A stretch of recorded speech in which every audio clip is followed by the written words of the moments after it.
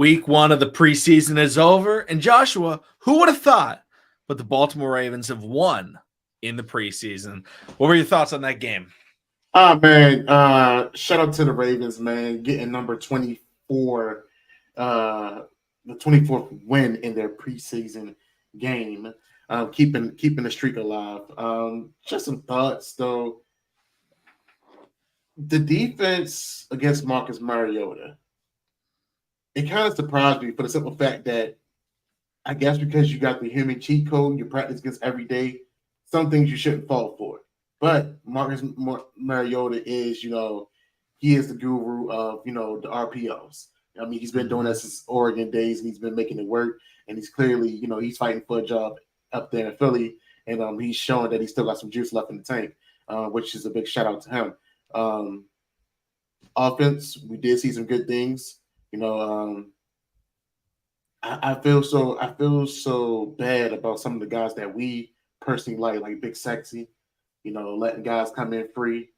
Anthony Brown Jr., not playing to his fullest potential. I felt I was like, okay, Anthony Brown's going to put on the show in the fourth quarter. He's going to show that he's better than Josh Johnson and Tyler Huntley. But I don't know, all three QB Snoop, he does what he does best. He shows up during preseason.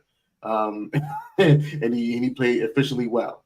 But my running backs, I don't know about you. I was looking on Twitter throughout the game, but a lot of people saying bye-bye to JK.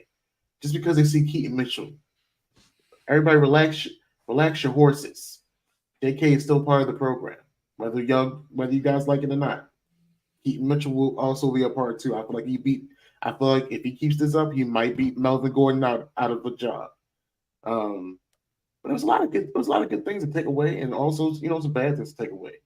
So yeah, I liked what I saw a little bit so far.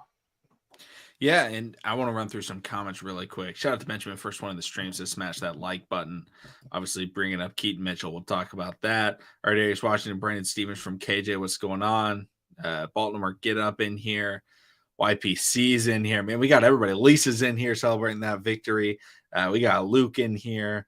We've got, let's see who else is in here. I think that's about it for everybody in here in the comment section. So obviously let us know, guys. We're going to talk about everybody. So as you bring them up, we'll keep talking about them. My quick thoughts, obviously, we're going to have videos all this week, basically talking about this game. But my first thought was looking at the offense, Todd Monken. They brought it up in the if you're watching the Ravens cast. I know some people don't have NFL Plus and they were stuck watching the Eagles cast, which apparently I've been a part of those away team broadcasts. They're not very fun to watch. But Todd Monken's offense, I liked it. I liked it a lot. The passing game, it was just open, right? He's not showing everything. He's not trying to be fancy. A lot of people were complaining about the situational play calling. It's preseason. Situational play calling does not matter. John Harbaugh and him are looking for players that can fill certain molds and they can do certain things. So sometimes they're going to run certain plays in these situations that they wouldn't run in the real life because they're like, hey, this is a chance where we see how our guys look at in a, RB draw on 3rd and 11. Like how do we run the draw? Right. So that they're just able to mix a couple of things up. So obviously I'm not going to look into the play calling, but just the spacing was, very solid. I think my favorite play that we saw was the Vocalic kind of wheel route that we saw on the right sideline with Tyler Huntley. I saw that and I was like, I need that. Like, wow, we have a wheel route for the first time ever that's not run by Patrick Ricard. They threw it. I saw it. I saw it was a white guy. And I was like, is that Ben Mason out there? And then I was like, oh, no, it's an actual tight end. Like, there we go. We got the right guy catching the ball. So, like, Todd Monken, I like that there. Obviously, Keaton Mitchell looked really good. The stats aren't going to show it, but for sure, that touchdown that got brought back, that was a great run by him. It was unfortunate. I liked him returning the kicks. I was about to say, he was literally so many trip-ups away from getting touchdowns on special teams, too. So, yep. And I'm not taking my hat off, but I'm grabbing another hat. I'm going to just say, like, RIP to the James Prochet believers. Like, man. I don't, it's bad. that was a bad show. Now let me ask you this: when we did get into the red zone, would you have preferred for us to throw the back shoulder passes to one of our big body receivers or even tight ends like Charlie Kolar? I just wanted to see, if they actually going to utilize, the bigger bodies in the red zone. Because I mean, I like the way that Tyler Wallace did come out and get the one hander, and I also like the fact that Devin Duvernay also showed soft hands as well. But I was kind of expecting to see our big bodies, make their presence. Theory. Talk to me. That's the Odell. That's what they're running. Like that's what they are going to run for Odell in the red zone to those sides. Like that's what I saw. I mean, guys, I am a Stanford football fan. That is the only play Stanford runs in the red zone when it's a pass is the back shoulder fade. That is what they ran for the last 6 years, whether it was J.J. Arcega-Whiteside, Simi Fehoko, Michael Wilson, Colby Parkinson. I'm trying to think of other players. It was literally, that's all Stanford runs is the back shoulder fade. I have watched that play for years, and it can work very well if you have the right players. And the Ravens decided not to go with the jump ball players, but the players that are able to reach their hands out and secure it well. Again, similar to Odell Beckham Jr., because we don't have a big body wide receiver. We do have the tight ends on the roster that can make those jump ball plays. But Tylan Wallace, that play, that's what we drafted him, right? Like that was the play that we were thinking that Prochet and Tylan Wallace were going to make. And instead, we don't throw it to Prochet. We throw it to Wallace. We throw it to Devin Duvernay. Both of them are successful on it.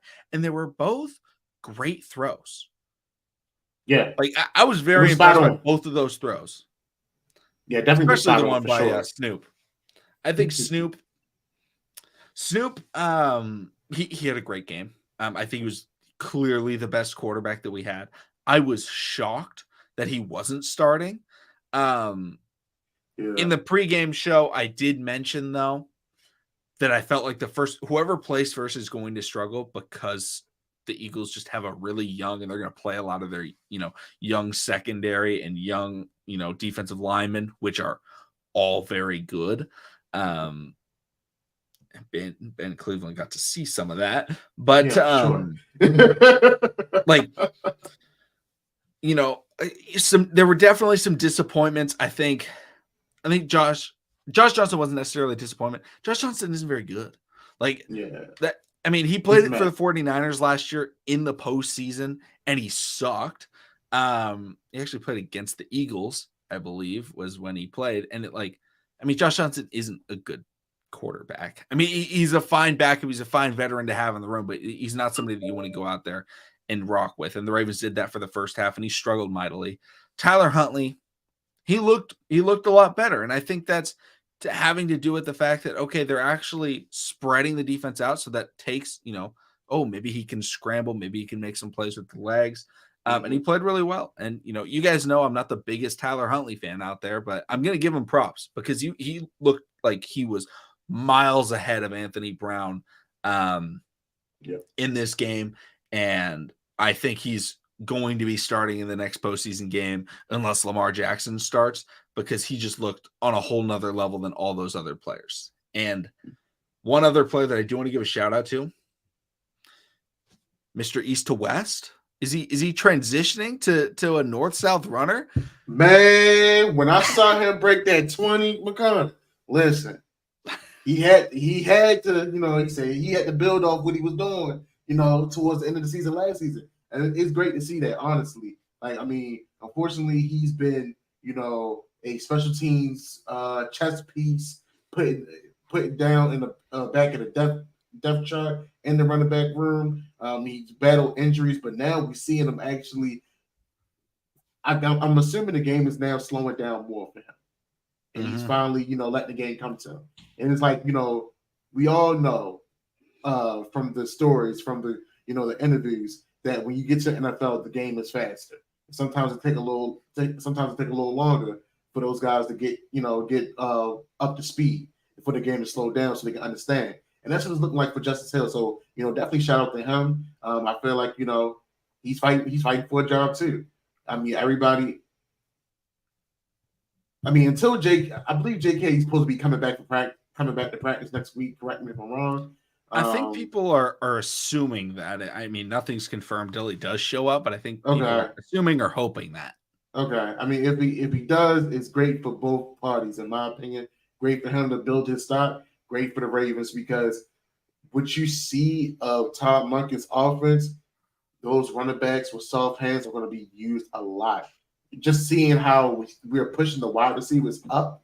I think there was the one play with Keaton Mitchell, and it was like a 2-yard dump off, and he got maybe about 5 extra yards. That is going to be that wasn't a regular check down either. That was just a hey, this is part of the offensive scheme. Excuse me. Like coming after you again. This is a part of the offensive scheme, so it's great to see, that we're not only just using our running backs in the running game, but also using them in the passing game as well. Yeah, and I want to add in one. I don't know how we even talked about this. Zay Flowers looked fantastic. I mean, he looked as good as he could have possibly looked. And people anybody that did not watch the game, and you're like, I want to check about the TTB reaction. But first, you check the box score. You'd look at that box score and you'd be like, oh, I want to see how our rookie did. Our wide receiver. How did he perform? And you're like, okay. Where is he on this thing? He's not even on here. He's in the rushing category. I was like, he isn't even in the receptions. You're like, no targets, 1 rush attempt for 1 yard. What? He looked fantastic.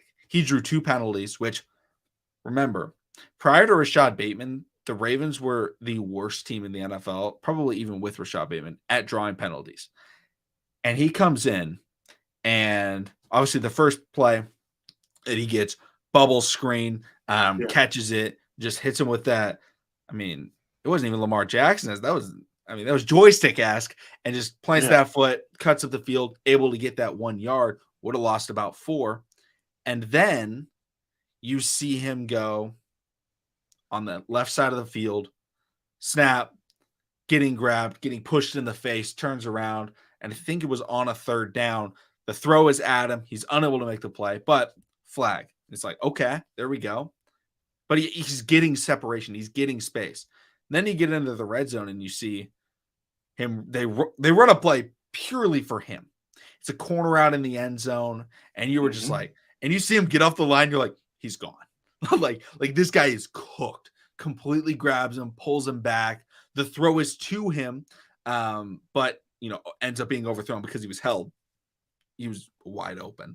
Another play, he blocks. He gets in there, helps get a bigger run. I want to say it might have been Gus or Justice Hill. I don't know who it was, but they ended up running a play. He comes in and kind of clobbers the secondary guy. I think that was Justice. Yeah, nice little Justice run. And then another play, I think a lot of people probably didn't see this, but Josh Johnson snaps the ball. This was on 2nd and goal, and he ends up rolling to the right. Zay Flowers breaks off his route, and he booked it, and he was open. I mean, he had probably 5 yards of separation on his DB. Would have probably been a difficult throw, but it was there. Like, he was still running. He was able to get open and find space. And Johnson ended up stepping out of bounds to avoid the sack or whatever. And that's fine. I'm not upset about that. But all of those plays came on, 2 drives, and you're like, wow, you can tell that he's going to help out this offense a lot, because the passing game got a lot worse when he was off the field. I mean, I know it's some big cleats to fill. But he is our Tyreek Hill. You gotta put it out there. He may not have the body like Tyreek Hill, but he damn sure has the speed. And he damn sure has the agility. And I feel like with this style of offense that we are implementing, that he's going to be used a lot. He's going to be used a lot, and we'll have some other guys to help him out. Free himself up, and just be a great chess piece in this offense that we're going to be running. But let's talk about the defense side of the ball. A man that was out there damn near the whole game, Darius Washington. My boy was all over the field. My boy was all over the field. I mean, the secondary, the Eagles just had some big wide receivers, and they was getting away with a lot of push-ups. I mean, it is what it is. That is part of the old school game. But in this game, you do get a lot of more calls. But Darius definitely showed that he can make the tackles. He can be that last guy, in the plays that just make things happen. I wish he would have finished up on that sack. Shout out to Ham as well, hometown guy, on his first sack. But even the second one he could have had, just grab him, just hold on, just hold on to somebody come around, and also Mr. Tavius Robinson. He look decent. He look too bad. I mean, he make a lot of noise happen, but as far as setting that edge, causing disruption, on those tackles, that's what we're looking for from our edge rushers, man. Just getting up the field, making containment, and getting our other guys in position. And Malik Harrison, I don't know about you, McConnell, but he got bigger. Definitely. But he was flying all over the ball, man. I love it. I love Malik Harrison. He just hasn't had a fair shot. Yeah. That's all. And Daryl Worley is now a safety. They just talked about that in the press conference. He said he's taken 0 snaps at corner in practice, and he's transitioning to a safety. So that's interesting. Because we got a transition safety that sucks. All right. His name is Brandon Stevens. This dude is unplayable. This was a guy where it was like, oh, maybe he's a solidified piece. No, he's still horrible. Like, I get that he's new, to the defensive back position. And we knew that when he drafted him. He's athletic. Bro, everybody catches everything with him guarding him. Like, every time they completed a pass, he had 7 tackles in this game. I bet 6 were unallowed receptions because it was just like, I mean, Chaos right here brings it up. I mean, he's just allowing receptions consistently, and he's being targeted consistently. He's big. He's fast. He's an aggressive tackler. Yeah, 3rd year. He's an aggressive tackler. You got to give him that. But he's allowing receptions. Like, I don't care how good at tackling you are at corner. If you can't stop a reception, like, what are you doing? And this was a guy that was expected to maybe be competing to be a starting outside cornerback. Now, another guy I want to talk about that was competing to be a potential cornerback for the Ravens. I mean, I don't even know how many times he was targeted, but Gaio Blue Kelly. I didn't see anybody throwing at him. He was playing great coverage. I saw one play where I was like, I saw him on the field and I was like, I'm going to watch this rep.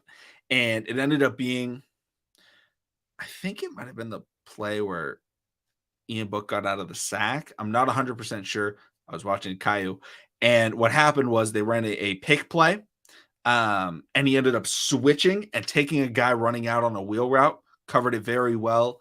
It was a play where a lot of times that beats a young cornerback, and they're able to get a big play on a miscommunication because of the pick play. Quarterback ended up scrambling to the right, but he was playing. And Luke, I agree. I was watching this game, and I saw somebody tweet it the first half. I saw somebody tweet it. I'm like, okay, number 17 must be Kelly. Okay, all right, let's. I saw 17 at one point. I was like, is he in the game? And that's the type of thing that you get out of Marlon Humphrey, right? Marlon Humphrey isn't making a ton of plays because just people don't throw at him.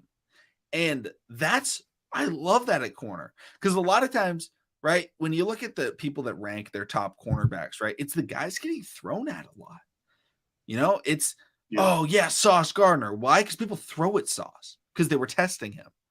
They don't throw at Jalen Ramsey anymore. They don't throw at Jair. They don't throw at Pat Surtain. They don't throw at Marlon Humphrey. Caillou Blue Kelly came out and was locking guys up while they were trying to come back, and he was not being targeted as a slower, undersized cornerback. He wasn't being targeted in the NFL, which is very, very valuable in the NFL because he was providing good coverage. Because people throw up Brandon Stevens. but they don't throw at Kyu Blue Kelly. So I was very happy with how he played in that aspect. I definitely agree with that, man. I saw my boy Jordan Swan getting in the game. He was in there as well. I think Cleveland. I think it was one target to Cleveland on him. I mean, outside of that, he was around the ball too. It just edge rusher, and corner. I feel like it's some pieces that we really need to watch out for to see, who's going to be added, who's going to be cut, who's going to really, solidify themselves.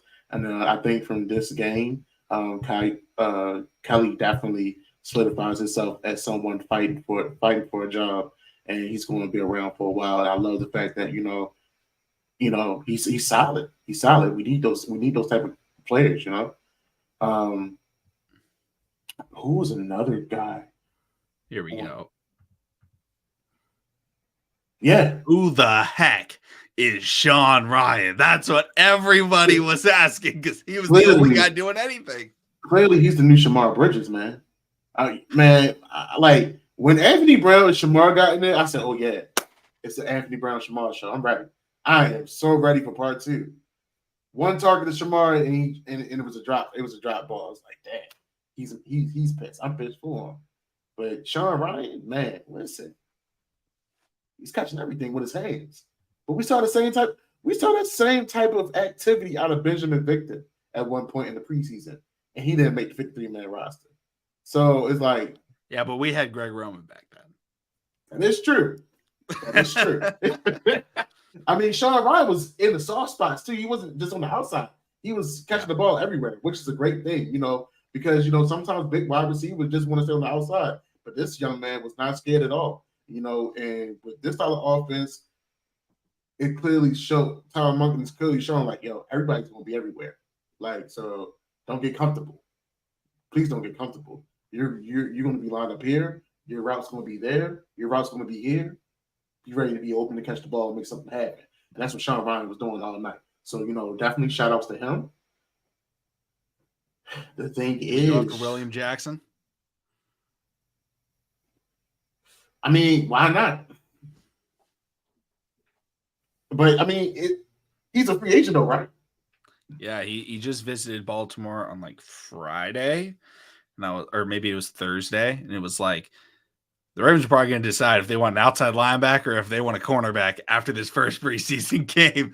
And what do you think we need more after watching that first game? I'm gonna go with corner, man. I'm gonna go with corner. I mean, at the end of the day, we can make something. I feel like Mike McDonald is smart enough to make something shake out of that front 7. But this is still it's a passing game with pads now. I mean, yes, some teams still run the ball, but like we've been said in the previous episode, if y'all haven't already checked it out, make sure y'all go back and watch it on the YouTube page. This league is pass happy, and in order to beat pass happy teams, you need a strong secondary. Kyle Hamilton, Marcus Williams, Marlon Humphrey are not going to be able to do it by themselves. They need someone else to be on that outside that's going to, disrupt the passes, get interceptions, and, create some turnovers. I think we only had one turnover tonight. Like, it was real quiet. But I mean, they did their job. They did what they needed to do. Yeah, and I want to bring this up really quickly. He sucks. Marcus Peters is not good anymore. Like, maybe he will be better this year than he was last year, playing for the Raiders. But my problem is he doesn't have the same legs that he used to. And he's not going to get nearly as many turnovers. And the only reason people are saying that Marcus Peters is balling out is because he had a good practice. One good practice in joint practices. Why don't we watch him go? Like, we don't know those situations. We don't know. Could they have been great plays? Yes. But they also could have been weird plays. Kyle Shanahan is known for trying. Kyle Shanahan quarterbacks always throw picks in practice. Always. Because they're always trying extremely complicated things and hard route concepts. And they throw a lot of picks. Jimmy threw a lot of picks. Trey Lance throws a lot of picks. Purdy throws a lot of picks. Sam Darnold throws a lot of picks in practice. But when Jimmy would get to the regular season, he wasn't throwing picks. He was getting them out of the system. I mean, at the end of the day, MP, I'm not going to say he's more of a morale guy, if anything, more of that spirit for the defense. I definitely feel like this might be a comeback season for him, but he has lost a step. And sometimes, when corners lose a step, either you convert to safety and still make yourself, a valuable asset, or you might be on the outside looking in. And obviously, he's on the outside looking in for us, but he still has opportunity to, still make his presence known in the NFL. And at the end of the day, I still, I'm gonna miss my dog, but we gonna wish him the best. But we gotta get younger. We gotta get faster. We gotta get stronger. Yeah, and the other thing is like he's a guy where he has to start. Like he's not someone that you're just going to be able to like. We could sign William Jackson, and he would be totally fine being corner 3 or 4 or 2, whatever it is, and he'd be fine with it. But Marcus is a guy where if he's not out there, he's going to be pissed, and that's not going to be good for the team, right? It's the same thing as having a Hollywood Brown.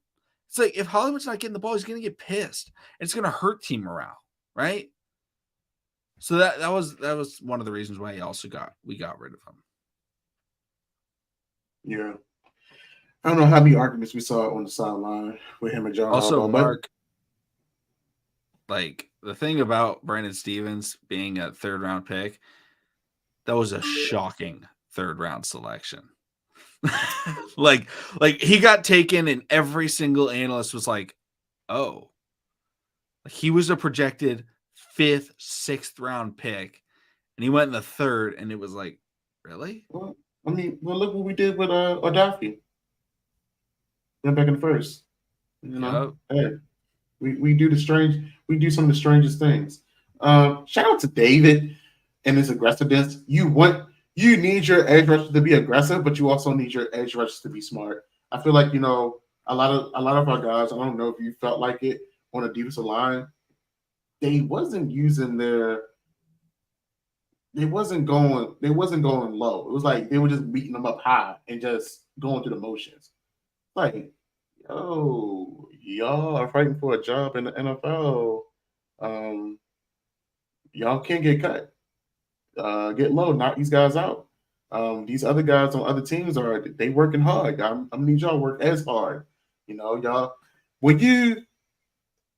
because playing football, playing any sport, once you get the chance to unleash on your opponent, take the opportunity. Like I'm tired of I've been going against the same guys in training camp all summer long. And I can't really put hands on them like I want to. I really can't get as physical as I want to. It's your first preseason game of the season, your first game period against a different level of competition. It's time to show why you belong in the purple and black. Get aggressive, get physical, be smart about how you move. I just didn't feel like defensive line wasn't as aggressive. Our defensive lineman wasn't as aggressive as they could have been this game neither. Yeah, and we were also missing some pieces on the defense. We didn't have Pepe Williams, we didn't have Rocky Sin, we didn't have Jalen Armour-Davis, who are 3 players that we were hoping would play in the preseason. So it's like we threw a lot of people into a lot of weird spots, and we were able to see some players shine and take advantage of it. And we saw some players not shine, and that's always going to happen in the preseason. But overall, I was pretty happy with how the general majority of the team played. It's tough because we weren't going to play. Like when we were playing Zay Flowers, like he was really good, but we didn't get to see any spark. Like he didn't catch the ball he didn't get the ball very much, even though he's very efficient. So it was like, it felt like the offense was stale, because it was moving the ball through players that we've seen a lot before, right? Like Justice Hill was playing really well. preseason feels amazing when it's the new guys that are making the big plays. And we didn't really have that. Like, it was like Tyler Huntley played well. Devin Duvernay got the touchdown. Tylan Wallace got the touchdown. I was like, oh, all the players that we just already know who they are. Those were the guys making the most plays. But they were unsung guys that were, making other plays. Like, again, Zay Flowers did really well. The offensive line, for the most part, I think was solid outside of Big Sexy. And then, Charlie Kohler fumbled. James Prochet fumbled. And those were kind of killers where you're just like, even though I'm happy with the win, it feels kind of stale because we didn't see anybody do anything new on like a big scale. Obviously, players played well that were new. But what do you think is wrong with Prochet? He's at the bottom of the totem pole right now. He's been at the bottom of the totem pole. Like, sometimes in life, not everybody rises to the occasion. We've known James Prochet to be, that guy that's been, that comes in early and leaves out late in training camp and stuff like that. And with you bring in Nelson Aguilar, you drafted Zay Flowers, Rashad Bateman's now off the PUP. You got Odell. You bring in a former first-round pick in Laquan Treadwell, a Tariq Black. You still got Shamar Bridges. And you still got Devin Duvernay as well. That's a lot of dang old receivers to be fighting for a spot. And you got Tylan Wallace, excuse me. So I feel like James Prochet he needs a fresh start somewhere where he can just be him. I feel like it's been he's added pressure on himself. The pressure he's like the pressure is on him to try to secure a spot here in Baltimore. As much as I love him, I wish he would. I wish he could have gotten a better opportunity with us as a wide receiver.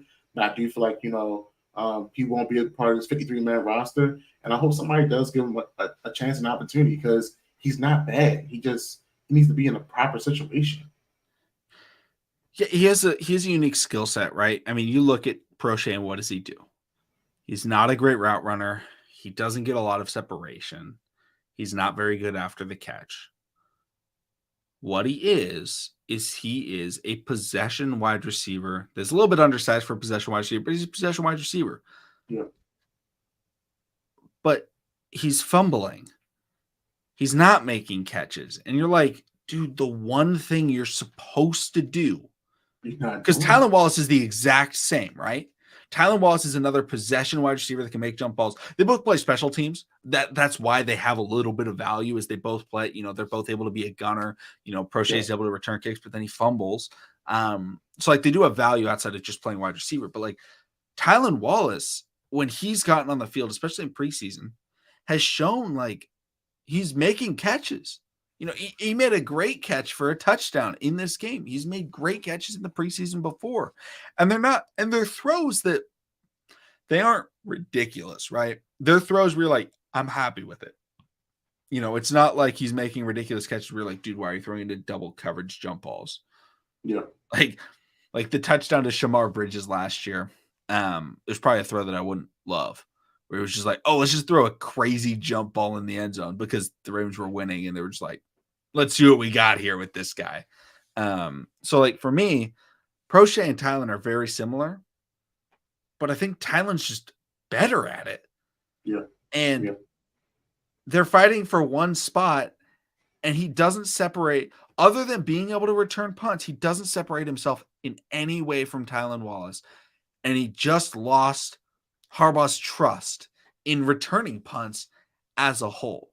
So, like, I don't know. It's just really difficult for me to see James Prochet making the roster. I like the guy. I'm rooting for him. But, Tylan Wallace is showing, like, hey, you can count on me. And Benjamin says he looks faster. I would agree with that. I think he does look a little bit faster. He does have – he's definitely a quicker two-step faster than Prochet for sure. I definitely give you that. He gets out his routes quick too. Mm-hmm. I see Luke said, how do we feel about Gordon? Does he have a spot on the team? Honestly, if these young guys keep on, if Justice Hill keeps on doing what he does, if Keaton Mitchell continuously for the next 2 games, progress in a positive way forward, and if JK is officially back on the team, I feel like Gordon would be the man out. Here's my thoughts on Gordon, right? He finished last year on the Chiefs practice squad. He wouldn't get picked up on waivers, I don't think, right? If you're looking for a running back right now, like a veteran running back, you're taking Leonard Fournette before you take Melvin Gordon. You're taking Ezekiel Elliott before you take Melvin Gordon. You're taking Dalvin Cook before you take Melvin Gordon. You're taking Kareem Hunt before you're taking Melvin Gordon. So Melvin Gordon being on the practice squad, he's not going to get picked up. Keaton Mitchell on the practice squad, he could get picked up. He could absolutely get picked up. I would not be surprised by that. It happened last year, right? We put or 2 years ago or whatever. We put Nate McCrary on the practice squad. Broncos grab him. We put Tyshawn Williams on the practice squad, and I believe it was the Colts who grab him.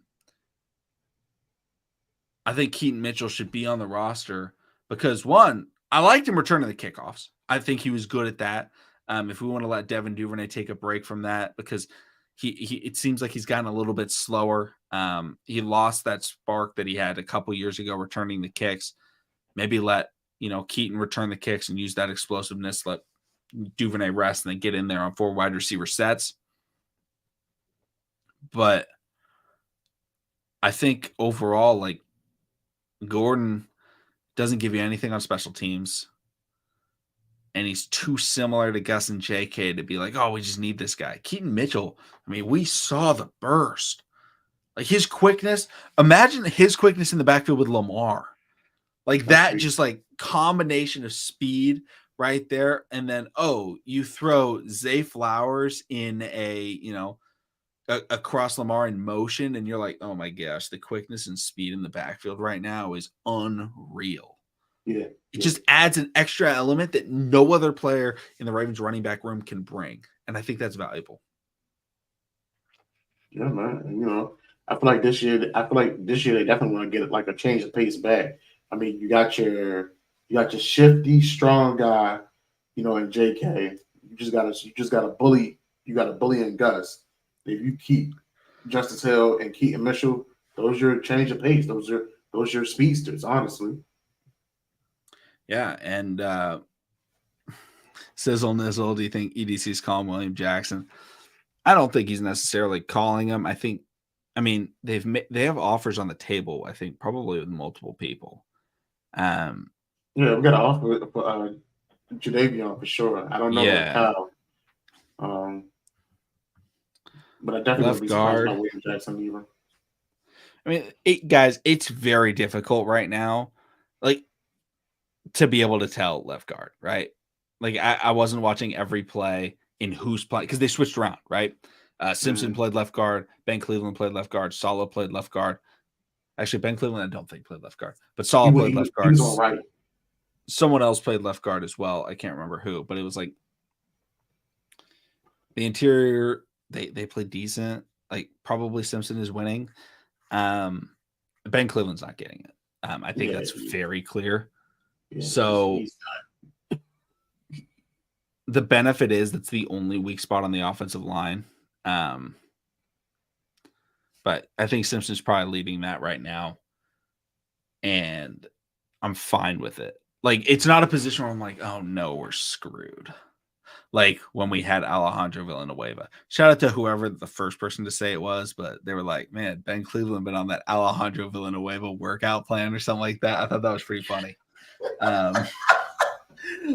man, that's a good one. That's a good one. I like that. I saw a bunch of people start saying it. I was like, I don't know who started this, but this is funny.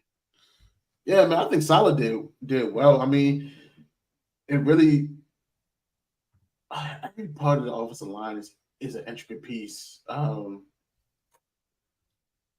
Like no guard position is more important than the other. It's just I go off by I go off by the penalties. If you hear offensive guard or offensive tackle get called for so many amount of penalties, then obviously they're getting their behind beat by their opponent. But if you don't hear them getting called, if they're moving their feet, if they got their hands, engaging, still getting up the field when a play breaks down, that shows a lot of effort. That gives me help. So to make my assessment. So I'm a rock with Salah. I hope he continues to progress because they've been having him do first team reps since day one, I believe. Correct me if I'm wrong on that one. Yeah, I think it's just something where it's like it's going to be a 50-50. I don't know. I don't think it's going to be something where we're going to watch it and be like Simpson versus Salah. Like, oh man, this guy's just definitely it. I think we probably go with Simpson because he's older. He's got experience.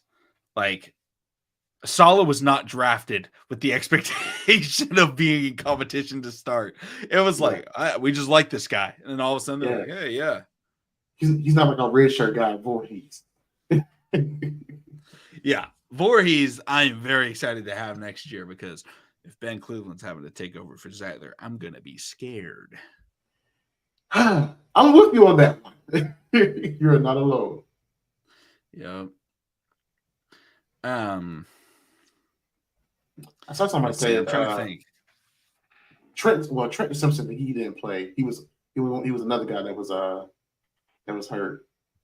I was man. It's so annoying that we don't know before they get they don't tell us who's not playing until it's game time. It's like, come on, tell us a day in advance so we just know not to be disappointed at snap when we're like, wait a minute, why is this guy not out here? Yeah, I saw somebody say something about maybe give Malik Ham more reps at edge rusher. The thing is, when you blow an open backside sack like that, I don't know if your defensive coordinator is going to continue to trust you. It was open season. Like as a defensive player, you live for stuff like that. Like that's why left tackles are getting paid so much money because Lawrence Taylor and Joe Theismann. Like, come on now. We all know it's only because of Michael Orr. Oh man, if only. The legend. For sure. Travis Jones looked decent. He didn't play very much, I don't think. That's what I'm saying. Like the guys that knew they was going to be on a team, they were just going through the motions. They were just out there, Yeah. I'm turning on this Rams game on my other monitor because Stetson Bennett is in the game. He's already got a touchdown pass.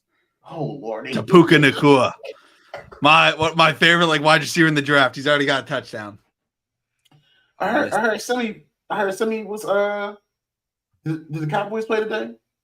Simi was playing today. I got to see how he ended up finishing. I'm looking it up now. I saw him out there. Let's see. The running back Deuce Vaughn was balling though. Simi Fehoko, 4 targets, 4 receptions, 27 yards. Rock with that. Yeah, Deuce definitely was making something happen. I feel like they're really about to harp on this height stuff. Like Tariq Cohen wasn't 5'9". Like we didn't have other smaller guys in the league before Deuce Vaughn making a name for himself. Yeah, I mean, he just looked really solid. And I liked him coming into the draft to the right system, being a scat back and stuff like that. But yeah, absolutely. Come on. Where is Quentin Johnston also scored for anybody interested? Oh, that's cute. That's cute.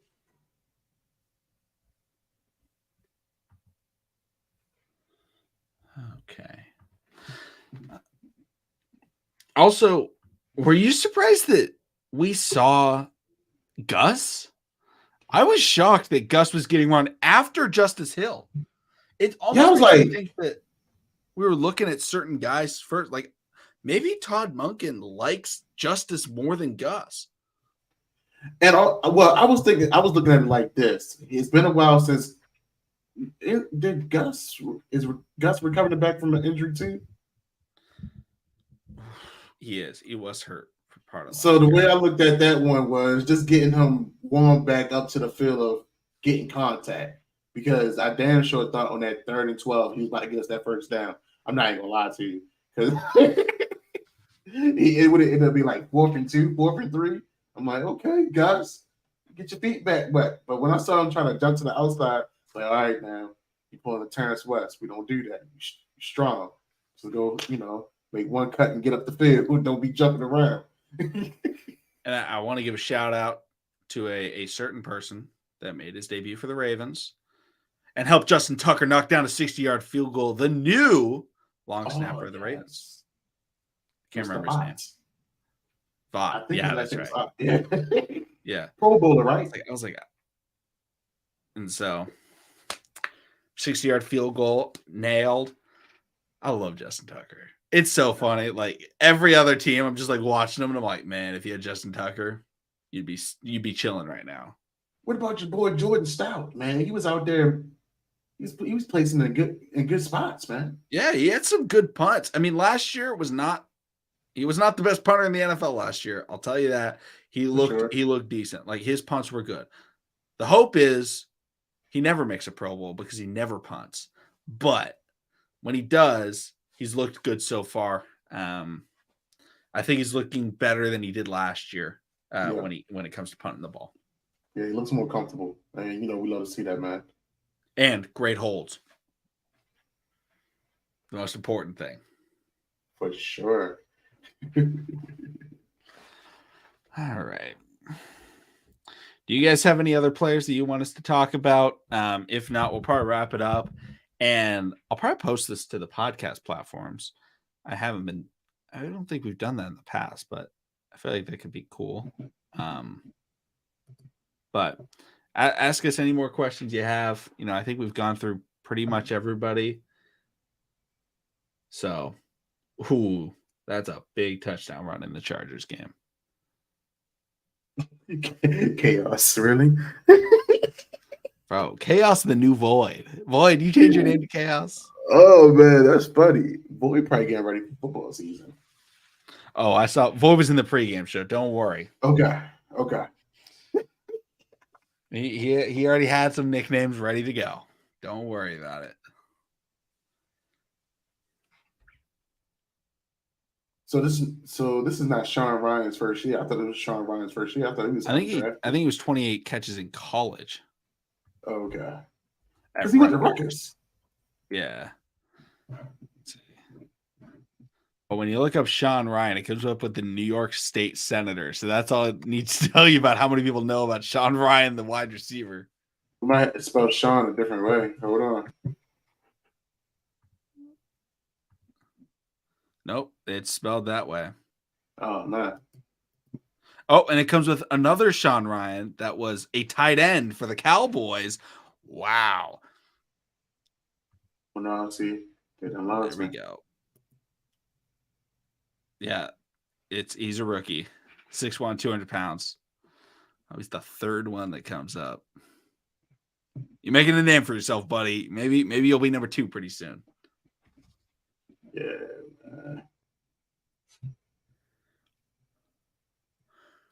And he only had 28. Was he hurt last year?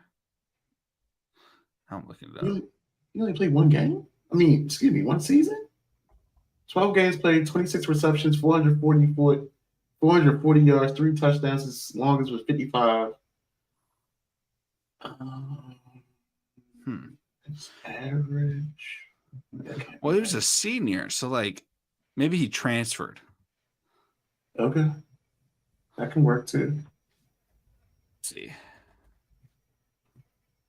Okay, here we go. Sports Reference. Boom. Oh, we went to Mon. Oh, wait, no. This is the other one. Darn it.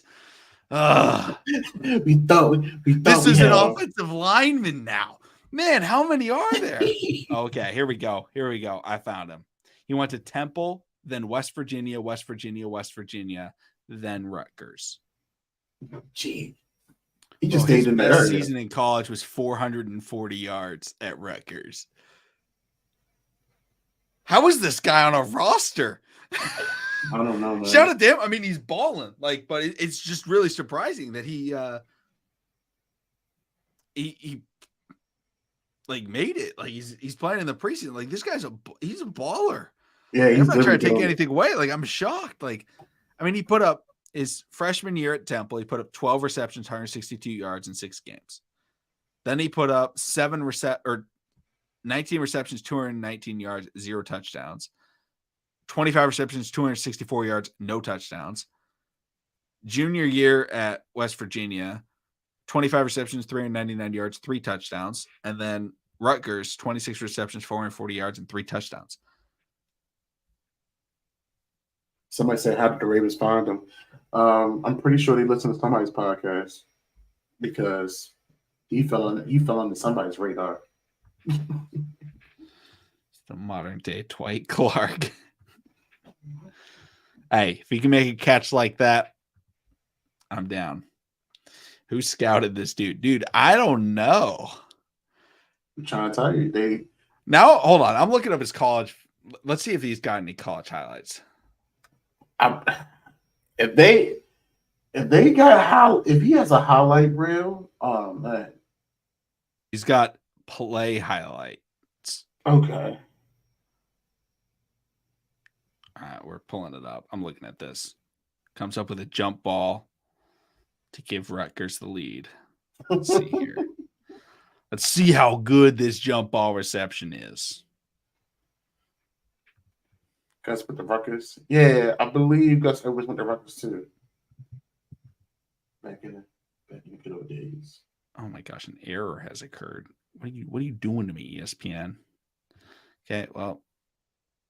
Oh, I found a video of him scoring against Ohio State. Oh, looks like a jump ball. It's kind of offensive pass interference, not going to lie. But against Michigan. Literally all his highlights are jump balls in the end zone. This is hilarious. It's crazy how he's probably known as a jump ball guy, but yet he was moving around all over the field tonight. Ooh. Hopefully he can build. Oh my gosh. No, they're all they're good. Like Todd Monken, this must have been a Todd Monken scouting report right here because here's one. Oh, this is him in West Virginia. Sorry, guys. Oh, it wasn't a jump ball. Oh, he caught a tipped pass in the end zone. Nice. Okay. Interesting. Interesting stuff so far that I've seen from him. I think he just fits the mold of what Todd Monken is looking for. Just getting a guy that can, 6'1", has size and can, pinpoint the football. That's what he does. I like it. I'm down for it. Yeah. And even if it is just a practice squad guy, I'm not expecting him to make the roster, but as a practice squad guy, I definitely think that adds value. To have your cornerbacks go against a guy with more size, so that when you play against a team like the Bengals, you can have a scouting report of a guy. Okay, what if they run a fade? Because they have T. Higgins, they have Jamar Chase. Yeah, let's guard someone like that. In that specific situation, I'm not saying he's T. Higgins or Jamar Chase. Alex Baldwin, got knock on wood. Yes, we made it out of the game with no serious injuries. Thank goodness. Yeah, nothing serious. Tyler Huntley did leave the game, but Harbaugh did say nothing serious at all. So that's good. Oh, man. No, it's man. We gotta wait till next Monday. Dang, this is about to this is gonna be joint practices, right? Yep. Oh man. Commanders joint practices. That means our corners gotta go get Scary Terry. Sheesh. And Dotson and De'Ami Brown. Sheesh. I ain't too worried about De'Ami. I mean, he can get it. He can go off every now and then. I feel like they have somebody else though. Did they draft? They might have drafted somebody. They did. They did draft somebody, I believe. Was it a Penn State guy? Oh, it might have been.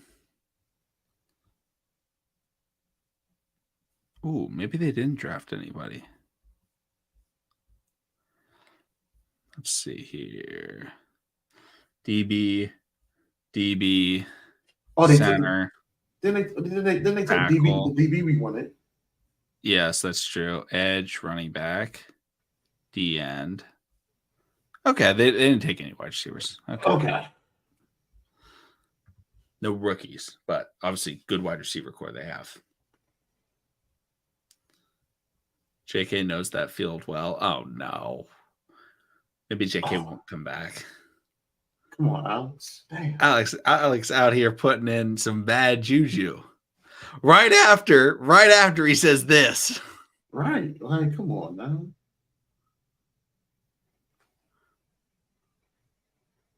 TVs are already afraid to say Flowers. No, I think they are. I think that's incredibly valuable. Like, if you can establish yourself, right? Like, I think it's really funny because a lot of people watch like the NBA, right? Or football or whatever it is. And they see the way that they play defense. Okay. And maybe it's, you're watching Kyrie Irving, you're watching Paul George, you're watching Kevin Durant, an elite basketball player. And you're like, man, they're giving him so much space. Like, I could hit these shots. And then if you played in an NBA game, that defender would be in your grill like nobody's business. Why? Because they don't respect you. They don't think that you can defeat them. Until you get the respect, then they'll back off.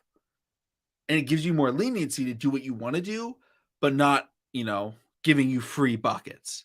So I think Zay Flowers is trying to establish himself, right, as Tyreek Hill, where all of a sudden people are backing off. Okay, he's so quick, we got to back off of him. We don't want to get in his grill. Because initially, people are going to challenge you, right? Being a basketball fan, being an OKC fan, like people are going to try and dunk on Chet Holmgren. People are going to try and dunk on Victor Wembanyama. People are going to try and last year throw at Sauce Gardner, right? Until you can prove don't do it, they're going to test and test and test and test it. So Zay Flowers has to keep doing what he's doing and get space, because if the first 3-5 routes of your game, he's cooking you, you're going to start giving him space. And it looked like he was cooking people first 3 plays, 5 plays of the game. And so they started giving him space, started holding him because they were scared.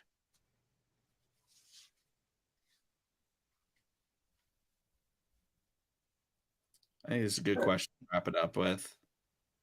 What do you think about David Ojabo? Man, I mean, we touched on it a little bit earlier. Like I said, David Ojabo has better upside than his brother, Adafio Way. I mean, point blank simple. He was aggressive as hell tonight. I definitely feel like with that aggression is good, but he needs to settle down and read the plays and then react. So I mean, as long as he get those reps in and read and then react, he'll be fine. Yeah. No, I'm excited to see him play. I think you can see the talent and the aggression. Sure. He wants to get after that quarterback.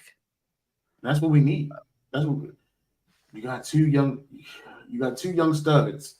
If anything, they should be getting up the field. And I'd rather them go 100 miles per hour and make a mistake. Yeah. Do what Patrick Queen does. Run like hell and miss a tackle, but put somebody else in position to make the tackle.